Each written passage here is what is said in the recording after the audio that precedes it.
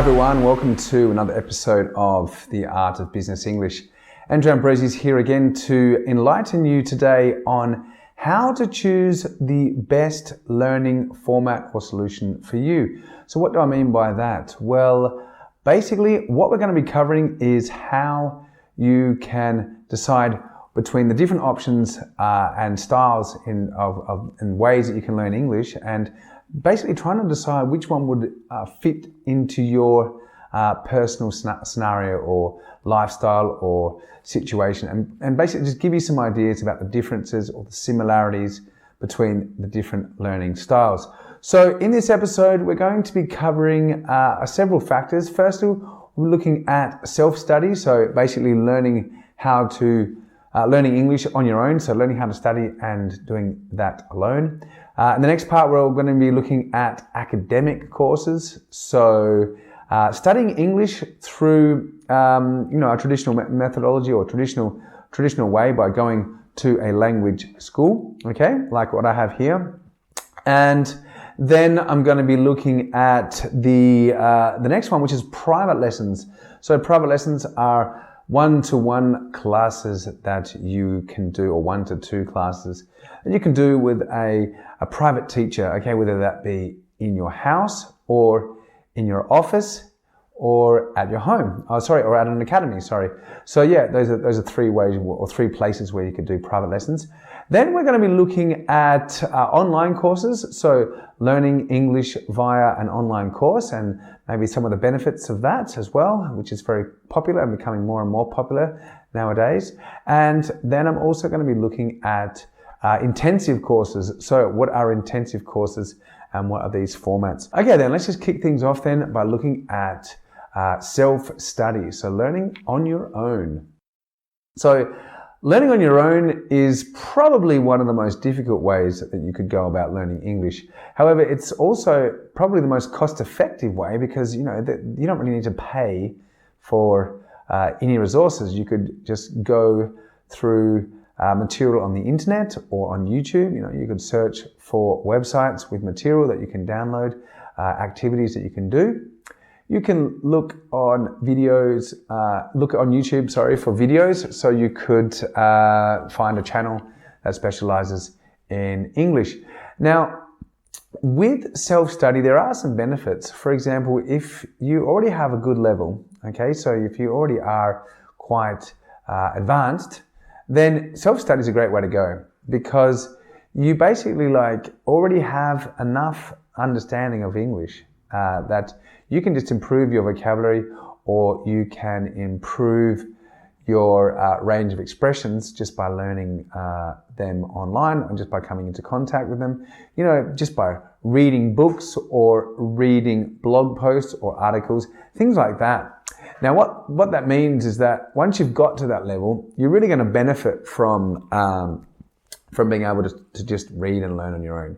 What you're going to lack, though, maybe here is a bit of context. So you might learn a new expression, and unless you have a native person around or someone who speaks English to an expert level, then you're going to not really understand the context maybe, and you'll be like, okay, I would like some advice on that. So that's one of the drawbacks of learning English on your own. However, as I said before, it's cheap because you don't really need to pay for anything. However, again, another negative drawback here is that if you do have a low level of English, then you're going to really struggle to teach yourself English. Here, I would recommend, if you did want to try that, you could watch some movies in original version with subtitles in Spanish. That would help. Mind you, it's going to be very difficult to start from a low level watching movies in another language. Okay, it's very difficult.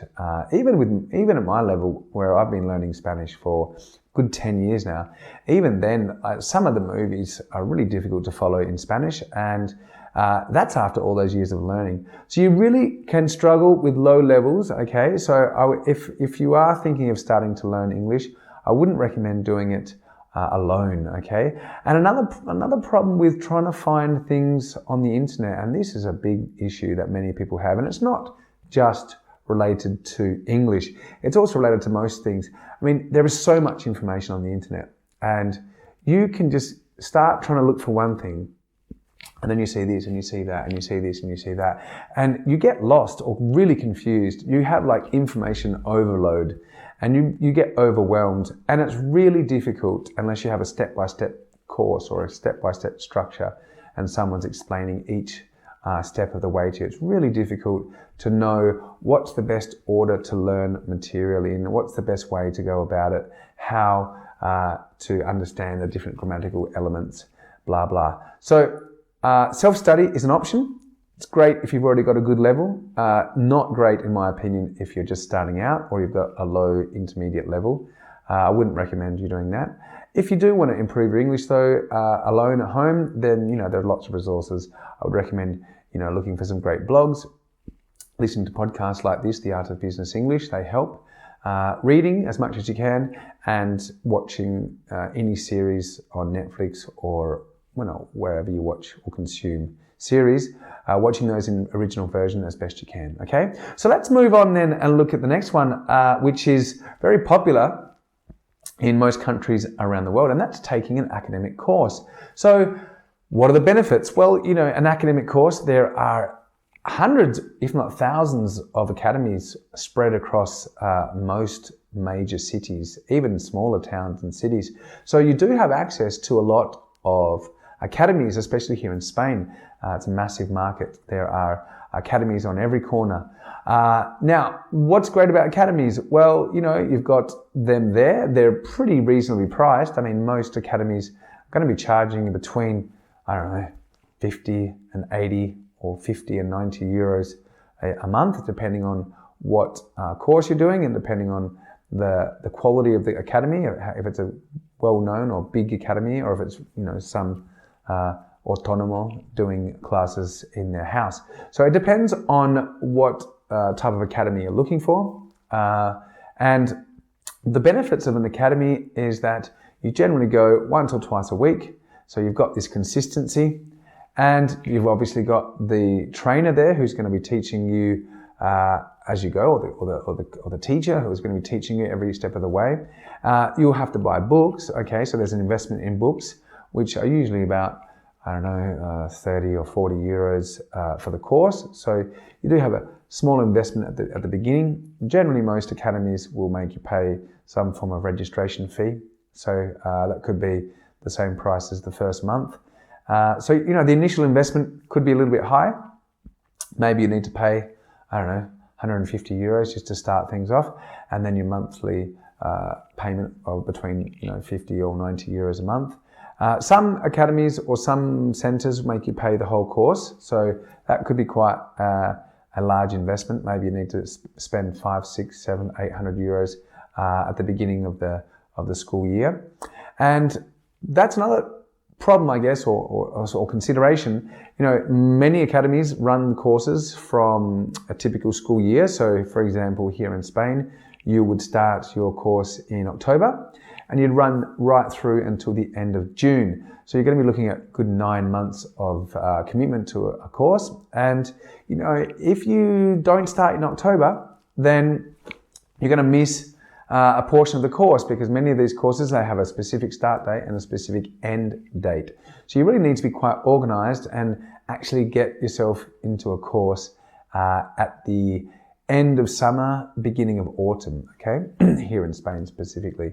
So, that's a consideration. Another consideration is that you never know. I mean, you really need to do your research, because there's so many academies. You're really going to have to make sure that you find one which has got quality teachers, basically. There are so many academies, so you could also be overwhelmed by choice, which is a consideration you need to make. And another problem is that many academies, especially in larger cities, they've got this high rotation of teachers. So every year, they've got these people that come to live in, for example, we take Barcelona here. One of the biggest problems that we have in Barcelona is you don't have this consistency. You've got lots of teachers who are maybe American, they're British, or they're people who have come just to live in Barcelona for a year, maybe 2 maximum. They come in, they start a course, they think they're amazing because they've just finished their teacher training and they don't really have much experience, but they get signed on to an academy, and the academy just has them for a year or two. Now, that's great. You've got a native teacher. They have some recent training, but you don't really have these long 10, 12, 20, 15-year teachers who basically have been in the business for a long time. They've got their well-established school and they've got a lot of experience. And, the key to learning is not just the students' discipline and motivation to learn and to follow a course, but also you need a really good teacher with a lot of experience. There's so many mediocre teachers. So you really need to be careful with that. You need to get some opinions, some feedback, talk to people that you know, and make sure that you get a quality teacher, or you go to a school which has got really high caliber teachers, because that's going to make a huge difference in the long run, okay, to your motivation and to your overall learning experience. So that's something to consider when you are looking at getting an academy, okay? And and finally, with an academy, you're going to have to be dedicated and stick to it for the whole school year, which is 9 months, as I said, from October to June. So make sure you keep that in mind when looking for an academy. So before we finish the one about academic courses, I just wanted to mention a couple more things, which didn't mention before. If you have group accountability, then every week, come on Maria, let's go to class. So that can help keep you motivated. And the next thing is, you do need to consider that you're going to need to have some travel. So as academic courses are presential, you will need to travel to the academy. You'll need to find parking. So that's another thing that you need to keep in mind. It could get a little bit expensive if you don't have good parking, and you need to travel. So you could, have an issue with needing to, drive, half an hour or 10, 15, 20 minutes, who knows? But that's something that's going to add to the overall time required to get yourself to that class, okay?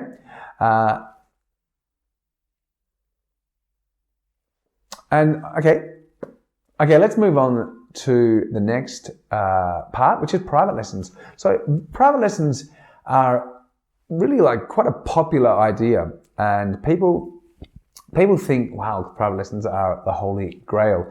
And I recommend private lessons. They're a good way for you to work exactly on the material that you want. So if you are working in business, maybe you want business English, you're a busy person and you want the teacher to come to your office and just work specifically dedicating the class to you and your needs. So that's the benefit of these types of classes of private lessons. The teacher, a good teacher, will respond to your needs. They'll develop really highly focused and specific material that you require and that are based specifically on your area or need. And if you're preparing a presentation, if they're a great trainer, they can help you with that presentation. If you're having guests at your company, then they can come and help maybe translate with you, or they can help prepare the tour for you. So that's one of the real great benefits of having a personalized teacher. Again, as I mentioned before with the academy, it really does come down to having a fantastic teacher with a lot of experience. The best and most powerful private teacher for those of you who are interested, one that speaks Spanish is fantastic. They can really facilitate the speed at which you can learn material if you can quickly contrast things in Spanish with them. Secondly, if they're native in Spanish, that's fantastic. If they're a native person that speaks Spanish, that's extremely beneficial. The next thing is that they have lots of experience, okay? And not just as a teacher. They have business experience. They've worked in other areas. So if you can find a private teacher who is native speaker of English, who also speaks Spanish and bilingual, and they've got lots of experience as a teacher, and they've got lots of experience in other areas of business, then that is a really powerful recipe for a great teacher, and will help you and should lead to you achieving your learning goals and objectives. What else? Well, one of the negative aspects, I guess, of private lessons is they can be quite expensive. For example, you could be paying between $20 15 probably for the cheapest teachers, but these teachers would not really be that great and wouldn't have much experience, so they'd be starting out. But you could be paying up to 50 euros an hour for a really good private teacher, trainer, coach. So one of the negative things, I guess, you pay for quality, you should pay for quality, is that you could, if it doesn't fit your budget, then you may be limited to academic courses, for example, if you can't afford to get a private teacher. The good thing about private teachers, though, they can come to your office, they come to you, so you don't have to move. What else? And another benefit of a private teacher is that, if they're a great coach, they'll also motivate you. So because you're paying this money, it's like a personal trainer at the gym. You will go to class religiously, and maybe you will be able to advance much quicker with your progress because that hour and a half or 2 hours is just dedicated to you. And you can spend a lot more time speaking and working specifically on the areas that you are having trouble with. So there are a lot of benefits to private lessons, and we do encourage people to get those if their budget allows it, okay? So let's look then at the next point I was going to cover, which is online classes. So online classes have become more and more popular, and there are many benefits to having online classes, but we need to evaluate the situation here.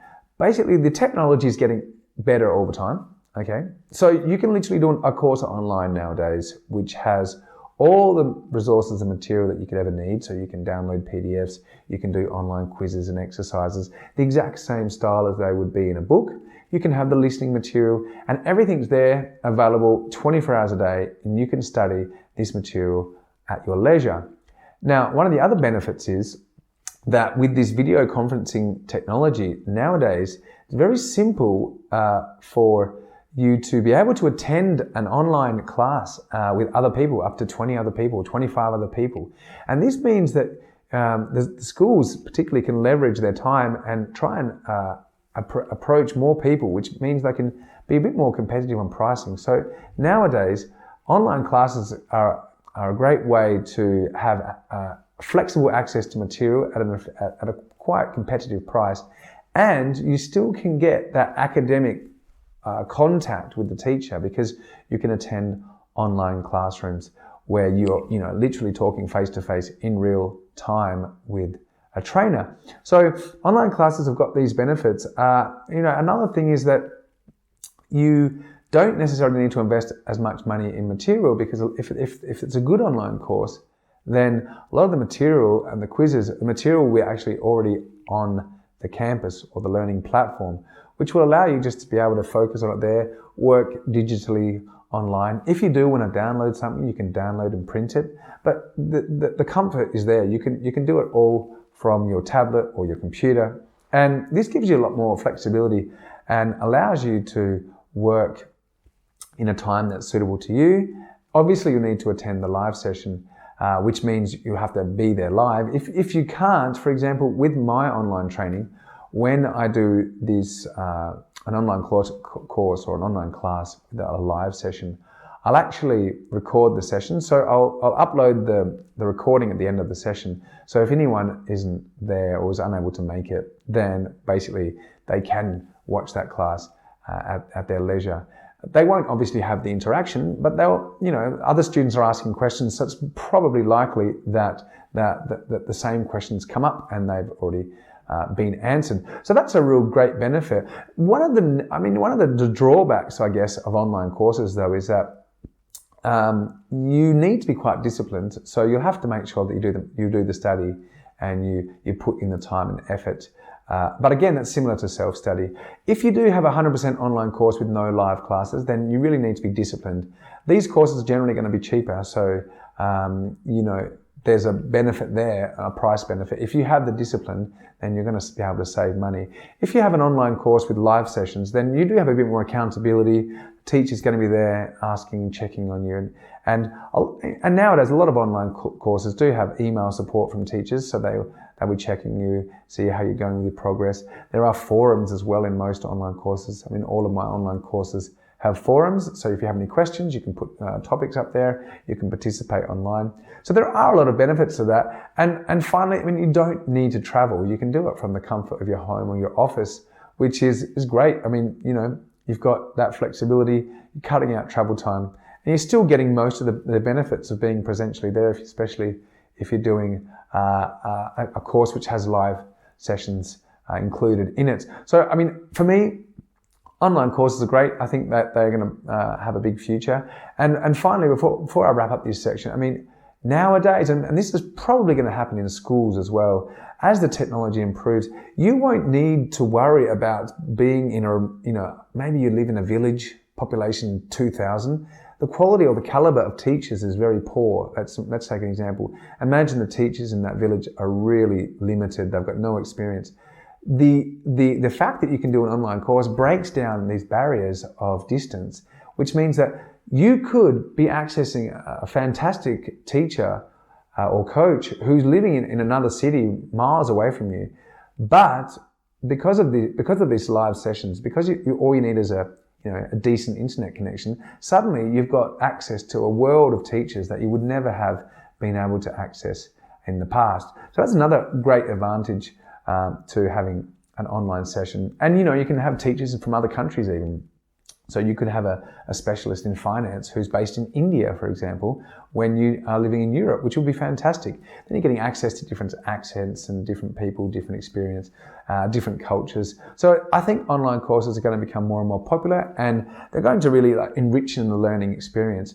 But I would like to point out that unfortunately, they do have a little bit of a bad reputation in some cases, because some of the platforms and some of the people who set up online courses really have poor quality material, poor quality platforms that look ugly, they look really cheap and nasty.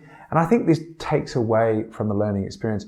You need something that's very crisp, clean platform. I mean, it's like if you go into a shop that looks old and run down, it's not really conducive to the learning environment. So it's very important that the platform is also quite aesthetically pleasing. The course or the platform is easy to navigate.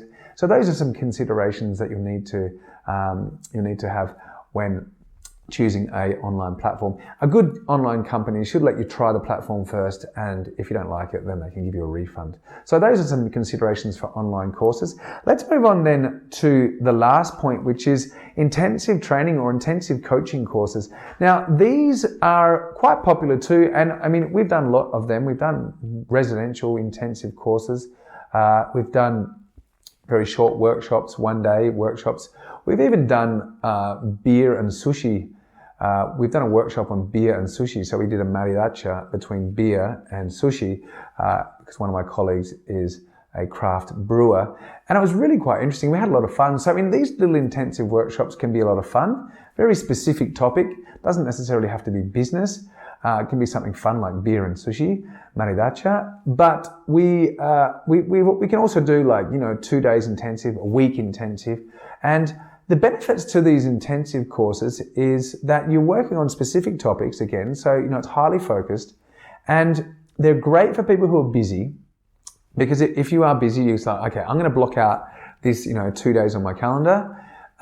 Again, you need to have quite a good level of English for these to be effective. So working level of English, at least a B1 or B2 level, so intermediate, upper intermediate, to really get the benefit. And what happens with these courses is they're generally focused on specific topics. Mainly business is quite popular, and you just are in a full immersive environment for a day, 2 days, a week, whatever the time is, and you're working every single day intensely doing specific topics. So, for example, we would do presentation skills, we would do how to attend meetings, and a lot of these courses, especially the ones that I run, they're based on role playing. So you're teaching the key language, the target expressions, and then you're putting it straight away into practice. And that's really great, an effective way for people to feel that what they're learning is really specific and relevant to their daily work or their daily life. And intensive courses, they're tiring, I won't lie, they really can tire people out. If you've done a 5-day intensive residential course, you'll know that by Wednesday you are ready to go home. And then you get past the Wednesday and Thursday and Friday, generally you feel better. But it's a hard slog getting from Monday to Friday.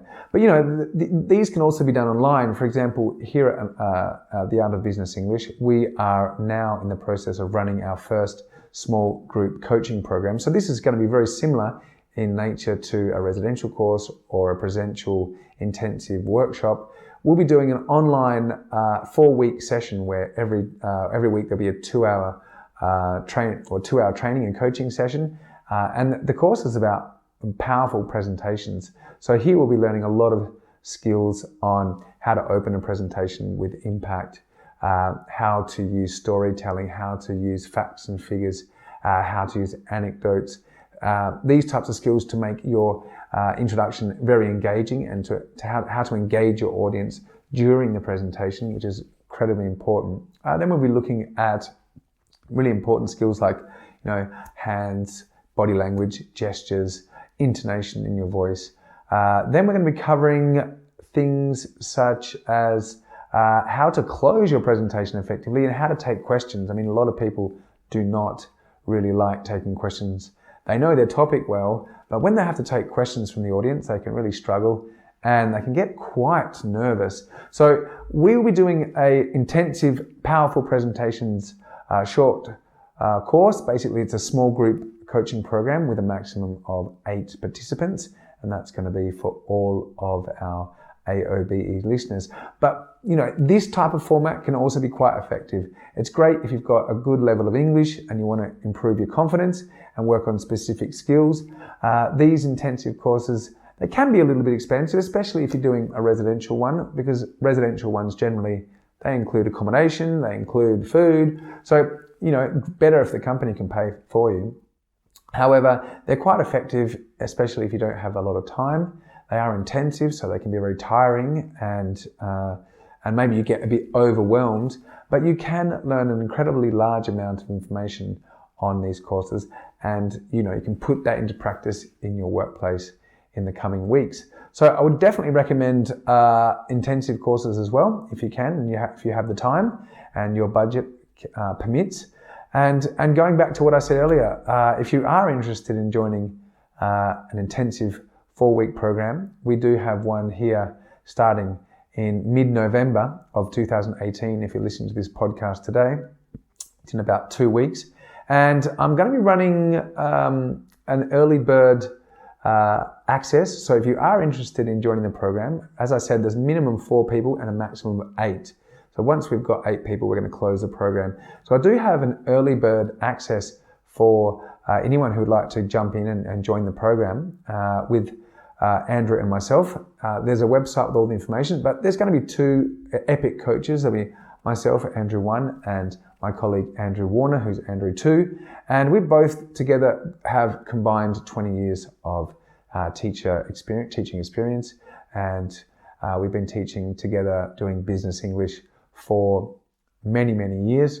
So combined, Andrew and I both have 20 years teaching experience. I'm Andrew 1, as I said, and Andrew 2 has also been working in this field for a very long time. We've got excellent skills in communication, presenting, marketing. So we're going to bring all of this experience to this small group coaching program. It's going to be a lot of fun. We've got a lot of really exciting and interesting material prepared, and lots of skills to help you guys improve your presentation skills and make them really powerful, make them engaging, and help you at the end of the day become more confident and sell your products and your services better. So if you are in middle management, if you are a director or an executive, this course definitely would be fantastic for you. As I said, it's 2 hours a week, and we're going to be covering the things I mentioned earlier. So if you are interested in the early bird access, then you should go to www.theartofbusinessenglish.com/SGCP. Okay, so SGCP. So that stands for Small Group Coaching Program. So SGCP. Okay, that's where you'll find all the information. You'll find the early access or early bird offer. Okay, and as I said, it's only limited to 8 people, minimum 4, 8 people maximum. So go over to the website, have a look, and yeah, sign up, and we'll see you on the course. We're looking forward to having some highly motivated and interested participants, and you're going to really learn a lot. And because it's a new course, and because it's the first one we've done here online at the Art of Business English, it's a super, very valuable offer, and I'm sure you'll find it more than reasonable. So have a look, take a look, and check it out, and I'll see you all there. Well, that is it from me today. I'm going to leave you guys now, but that's what I wanted to share with you, the different formats for learning English. So now I hope you have a really good idea and understand the benefits of most of these, and maybe some of the negative aspects of each of these ways of learning. And again, as always, if you do have any questions, then please email me, okay? I'm always here for you, and I'm happy to help. Love to get your comments, and I love to get your feedback. So until next week, have a great week, and if you are here in Spain, have a great holiday on Thursday and long weekend. If not, for the rest of you, have a great week, and I'll see you all soon. Take care now. Bye.